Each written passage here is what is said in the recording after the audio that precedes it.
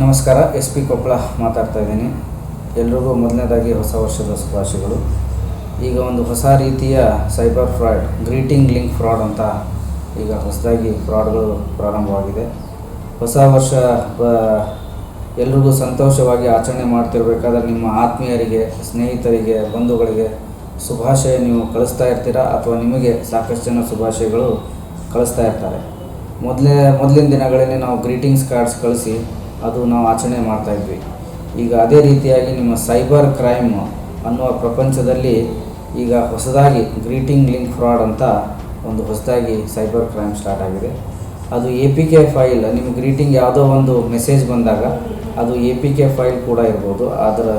ಅದಕ್ಕೆ ನಾವು greeting link ಅಂತ ಫ್ರಾಡ್ ಅಂತ ಕರಿತೀವಿ. ನೀವು ಮೊದಲೇ ಹೊಸ ವರ್ಷದಲ್ಲಿ ಸಂಭ್ರಮಾಚರಣೆಯಲ್ಲಿ ಇರಬೇಕಾದ್ರೆ ಹಿಂದೆ ಮುಂದೆ ಏನು ವಿಚಾರಣೆ ಮಾಡಲಾರ್ದೆ ಗ್ರೀಟಿಂಗ್ ಕಾರ್ಡ್ ಲಿಂಕನ್ನು ಕ್ಲಿಕ್ ಮಾಡಿದಾಗ ನಿಮ್ಮ ಬ್ಯಾಂಕ್ ಅಕೌಂಟ್ ಅದಕ್ಕೆ ಲಿಂಕ್ ಆಗಿಬಿಟ್ಟು ಅವರು ಹಂತ ಹಂತವಾಗಿ ಹಣ ಎಲ್ಲ ನಿಮ್ಮ ಅಕೌಂಟಿಂದ ದೋಚ್ಕೊಂಡು ಬಿಡ್ತಾರೆ.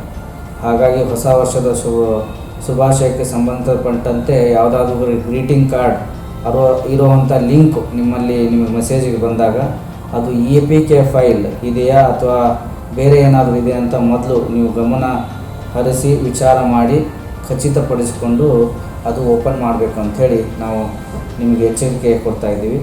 ಹಾಗಾಗಿ ಜಾಗೃತವಾಗಿರಬೇಕು.